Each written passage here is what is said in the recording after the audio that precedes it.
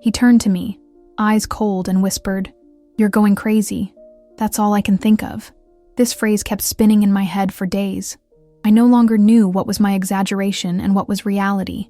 Things started small. A forgotten comment, a conversation that he said never existed, an exchange of messages that, according to him, I was misinterpreting. I began to explain my side, but he interrupted me with that look of superiority, as if he felt sorry for my mental confusion. "You have a habit of inventing things," he said, with such conviction that, little by little, I began to believe it. Every morning I woke up with a certain fear of myself. I felt like my brain was failing. I reviewed messages on my cell phone to confirm speeches, looked for clues between the lines of our conversations, trying to prove to myself that I wasn't going crazy. But he always turned the tables. If I showed him a screenshot, he would say, "But look how you interpreted it. That's all in your head." If I cried, he smiled contemptuously. "You need help, seriously. Look for a psychologist." I even scheduled therapy. I entered the room ashamed of myself, thinking that maybe, yes, I had some disorder. The therapist listened, asked questions, and at the end of the third session said, "Have you ever heard of gaslighting?"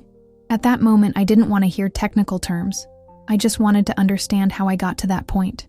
As someone who had always been lucid, rational, self-assured, she was now doubting her own memory, her own emotions. I began to notice how he distorted the facts, even the simplest ones. A silly example. One day he called me a weight in an argument. Later, when I mentioned it, he said, "You got it wrong." I said the situation was heavy, not you. But I remembered it clearly. The word came out of his mouth with a calculated coldness. But he repeated his version so many times that I began to wonder if I had really heard correctly. This has become routine. I would stop in the middle of the day and think, is it me? In front of the others, he was perfect. Polite, kind. He made a point of praising me in public. But inside the house, it was as if he pressed invisible buttons inside me. I could be fine, and within minutes, I felt lost. He would always pick out times when I was vulnerable, PMS days, tiring days at work, to tell me I was out of control. Once, after I complained that he had kept me waiting for hours without warning, he simply said, "You need to stop making movies in your head." The worst night was when I tried to confront him calmly. I said I felt confused, that I thought he was manipulating what I said. He was silent for long minutes, looking at me as if I were a strange animal. Then, in a low voice, he said, "You need treatment. Serious. It's getting dangerous to live with you." He made me believe that I was a risk. I cried myself to sleep in fear of myself. I went back to the therapist the next day, with swollen eyes and a trembling voice. She held me by the shoulders and said, "You're not crazy. You're being manipulated." And for the first time in months, I felt like maybe there was a way out. But doubt still haunted me. If he told me so many times that I was the problem, what if it were true? Because that's exactly what he wanted, for me to stop trusting myself. I remember one morning when I woke up with my heart racing, for no reason. I woke up before him, went to the kitchen to make coffee, and by instinct, turned off the light in the hallway so as not to disturb him. I had already learned to walk in silence inside my own house. Any noise was reason for him to accuse me of trying to get attention. When he got up, he didn't say good morning to me. He sat down at the table, looked at his cell phone and said, "You always make a point of ruining the atmosphere early in the morning." I, without understanding, asked him what he meant by that. He replied, "You're weird. That face of yours already starts the day with poison." My face withered at the time. And then began another one of those days when he accused me of being angry, unwilling, and I felt obliged to smile, to prove that I was light, good with life. But the truth is, I was exhausted. Exhausted from trying to guess his mood, from trying to keep the peace in an environment that crushed me inside. On social media, he posted photos with me with captions such as "my peace," "my life partner." And in the comments, everyone praised it. They said how lucky he was. What a beautiful couple. Sometimes I read all of that with the urge to scream, "You have no idea." But I kept quiet, because he said that exposing problems was something for ungrateful people. You have everything. There is someone who loves you, takes care of you, supports you, and still complain? and I was starting to feel really wrong for wanting more. More respect, more affection, more truth. I began to doubt my own sensibilities. If I was hurt by something he said, he would scoff. "You don't have emotional structure. Everything affects you." And I spent the rest of the day asking myself, am I really fragile? Is he right? Once, on a friend's birthday, he made a point of making me feel insecure. He said before we left, "Are you going with this outfit? It seems that he wants to appear." I changed clothes 3 times. In the middle of the party, I remained silent, unable to laugh spontaneously. I felt his gaze watching me, as if everything in me was inadequate. In the evening, back home, he commented, "See how no one looked for you at that party? They only talk to you when I'm together." And that corroded me. I would lie down with these thoughts haunting me. Maybe I wasn't interesting. Maybe he was right about everything. Gradually, I stopped putting on makeup, wearing the clothes I liked, making plans without consulting him first. Any slightest attitude turned into a debate. Why do you want to go out alone? Who do you want to look like this for? Why do you need so much attention? Worse, he spoke with such convincing calm that even his accusations sounded like advice, as if I was protecting myself from myself. There was a night when, after another argument, I said I was tired, that I wanted to go to my mother's house for a few days. He crossed his arms, laughed contemptuously, and said, "Yes, you will." And he doesn't come back. I want to see how long they can hold you out. I stood still, with my suitcase in my hand, paralyzed. It was always like this. He made me feel like I was a burden, that no one would stand me, that he was the only one who could still stand me. And so I was, convincing me that maybe he was right, that I was really difficult to deal with, that the problem was in me. I started to keep small proofs. Prints, hidden recordings, notes in an old notebook that he hid in the back of the closet. It was my way of remembering what was real, because he dismantled me with phrases so precise that I forgot even my own feelings. "You made this up now just to play the victim." And even when I was absolutely sure of what I had experienced, he looked at me as if listening to a delirium, and he repeated in a calm voice, "You need help." Seriously. The cruelest thing is that sometimes he was sweet. He showed up with a coffee in my way, made jokes, called me love, and in that short space of time I thought, maybe I'm exaggerating. Look how good he knows how he is. But it was enough for me to breathe a little more relieved for him to turn everything against me again. He said that my instability was tiring, that he didn't know how to deal with me anymore. And then I would go back to the starting point, trying to fix what wasn't even mine. I moved away from my friends little by little. He said that so-and-so hit on me, that so-and-so didn't respect me, that Beltrana was fake. I felt guilty even for answering messages. And over time, I stopped responding. My parents began to notice something wrong. My mother said I looked sad, distant. I, with a heavy heart, said that it was just stress at work, because how could I explain all that without looking confused? Even I couldn't tell the full story anymore without getting lost in the details, without seeming exaggerated. There was a day when he didn't talk to me for hours, all because I hadn't answered a message from him in 5 minutes. When he finally called me, he said coldly, "You disrespected me." If he doesn't know the slightest bit of reciprocity, he doesn't even deserve my silence. He treated me as if he were educating me, as if all the punishment was for my own good. And once again, I blamed myself. I apologized. I promised that I would pay more attention. I cried in the bathroom so he wouldn't see it, afraid that, if I saw myself weakened, I would use it against me. And he did. Once he saw me trembling with anxiety and said, "Do you want me to feel sorry? Because this is a scene for me." And I wanted to disappear. I went so far as to avoid any confrontation. He said something absurd. I was silent. And inside, he died a little more. I became someone who measured words, gestures, even breathing. And even so, he always found a reason to tell me that I was being inappropriate. It was like living in a labyrinth where he controlled the walls. Whenever I found a way out, he changed the route, and it made me feel like it was all my fault. I just wanted to be loved. I just wanted to live a safe relationship. But all he gave me was doubt, weariness, and fear of myself. There was a weekend when he just disappeared. He didn't answer calls. He didn't answer messages. Nothing.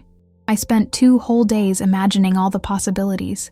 An accident, a problem at work, something serious. When he finally appeared, he acted as if nothing had happened. When I asked him where he was, he laughed. "Are you freaking out again? I don't have to keep giving you satisfaction all the time." And then he turned the tables, saying that my need for control was suffocating. "You need to learn to trust. This obsessive way of yours will destroy us." Anger choked in my throat, but even it couldn't get out in one piece. I was silent, standing still, looking at him with a knot in my chest. He came over, hugged me as if he were calming me down, and said, "You need me. I'm the only one who's still here for you." And at that time, as much as it hurt, a part of me believed, because that's what he did. He dismantled my identity, and then placed himself as my only safe haven. I would spend hours trying to remember what I looked like before him. I was firm, I smiled more, I made decisions without fear, and now I hesitated even to choose a movie. If I chose something he didn't like, he would say, "You don't know me at all, do you?" If I took an initiative, he would dismantle it with a sarcastic comment. Gradually, I unlearned how to decide for myself. One day, he saw a conversation between me and a childhood friend. Nothing much. We were talking about nostalgia, how good the time at school was. He looked, frowned, and said, "You two look like a couple. Why are you needy like that?" I laughed, not understanding. But he didn't laugh. He spent the rest of the day cold, and at the end of the night, he came in that warm voice. "I know when you're hiding something from me. I feel it. And you're there." That chilled me. I started deleting conversations, reviewing everything I wrote before sending, afraid of generating another malicious interpretation. My life became millimetric. Even my silences had to be calculated. If I was too quiet, he would say that I was hiding something. If I talked too much, he said I was desperate for attention. It was never enough. It was never right. There was always something wrong with me, according to him. Gradually, I stopped recognizing myself.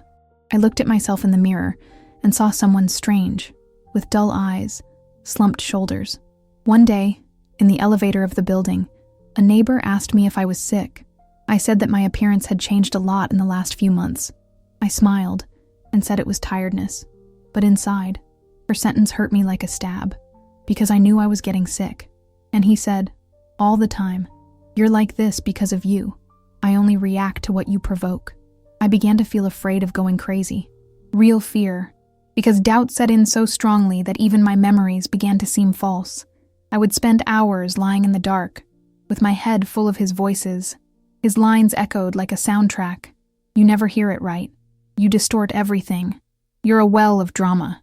And I, who had always been intense, was now called uncontrolled. And I began to doubt my own sensibilities, like loving yourself too much, feeling too much, expecting too much, was a failure. I started to live in alert mode. Every word, every gesture, every breath needed to be measured. Any misstep could be used against me. He didn't scream. He didn't break things. It was worse. He dismantled everything with silence and sarcasm. When I tried to talk, he sighed loudly, looked at the ceiling and said, "Don't you get tired? I don't have the patience to explain the same things to you anymore." And then he turned his back. And I was there, in the middle of the room, talking to myself. I remember one night when I opened up to him. I said I was sad, insecure, lost. He listened to everything in silence. In the end, he just said, "Do you want me to feel sorry? It grows." I slept with this phrase hitting inside my head. I turned to the side and cried without making a sound, as I had been doing for months. It was as if my suffering had no value, as if my pain was a kind of blackmail, something dirty. But he knew when to lose me for good. When he realized that I was hanging by a thread, he came with sweet words. She said she loved me, that she only wanted the best for me, that I was hurting myself for not knowing how to trust. And I, hungry for affection, clung to it like someone who finds a sip of water in the middle of the desert. It was the cycle, always the same. I was exhausted. He gave me crumbs of relief, and I convinced myself that maybe, with more patience, everything would get better. My dreams were diminishing. Before I wanted to travel, take courses, open my own business, he said it was all nonsense, that I didn't have the profile for that I was too fickle, too sensitive. Once, when I mentioned that I was thinking of doing a postgraduate degree, he blurted out, "What for? For you to give up halfway through and then blame me?" I laughed embarrassedly, pretending it was a joke, but it wasn't. Even my health began to respond. Insomnia, hair loss, body aches. I went to doctors, did tests. Everything is normal. It's emotional, they said. And I thought, how can something that no one sees hurt so much? One day, alone in the bathroom, I looked at myself in the mirror for long minutes. I wondered who I was now. I tried to remember my laugh before him, of my voice, from my perspective, but it all seemed very far away, as if that woman had died, and what was left was a specter, an echo. I started writing letters to myself, small phrases to remind me that I was not what he said, that I did remember the conversations, that I wasn't fragile, I was just hurt. And he hid these letters in the back of the drawer. It was my way of staying alive, of trying to rescue something from myself. To live with a narcissist is to live in a hell of oppression. But he always knew when I was rebuilding, and he came back with more strength, with more control, with more mind games, as if he felt that he was losing control. And then, he used the past. He threw old mistakes in my face, lines from months ago, small slips. Remember when you freaked out that time? Remember how you screamed? That was crazy. And I wondered again, is he right? And the worst part was that, knowing that he didn't need to raise his voice to break me. One sentence was enough. A look, a silence, and I collapsed entirely. There was a night when I woke up in the middle of the night with shortness of breath. The room was dark, and he slept next to me, as if everything was at peace. I went to the living room, sat on the couch, and cried softly.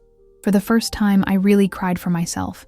Not because he ignored me, not because he humiliated me, but because I understood, there, in that silent dawn, that I no longer recognized myself, that he had erased everything in me, slowly, unhurriedly, and that I had left.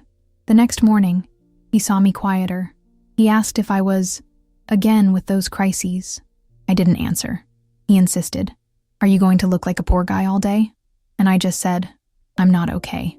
He snorted, left the kitchen, and before closing the door, shouted from the hallway, "You're sick, serious. I don't deserve this." And that's when I realized he never deserved anything. He was never guilty of anything. I could implode inside, and he would still find a way to put himself as a victim. And I, crushed by guilt, kept trying to be good, balanced, understanding. But nothing was enough. It was never enough. The days went by, and I started to be more silent. Not out of submission, but out of exhaustion, because even my silence he distorted. He said that I was setting something up, that people who were too quiet were dangerous, and I heard it while folding laundry, while washing dishes, while trying to breathe in an environment where everything in me was questioned, watched, invalidated. He said he loved me, but he didn't accept that I cried, that I disagreed, that I felt bad. He said he wanted the best for me, but it took everything away from me, my peace, my autonomy, my truth. And every time I tried to explain myself, it was as if I was apologizing for existing. One day, after another one of those arguments in which he ended up saying, "You exhaust me," I closed the bedroom door and stared at the ceiling for hours. No tears, no clear thoughts, only emptiness. And I understood that this was the end of me. Not the end of the relationship, the end of me. Because he didn't need to hit me to destroy me. He just needed to convince me that I was the problem. And he succeeded. I'm still here. I still wake up with doubts.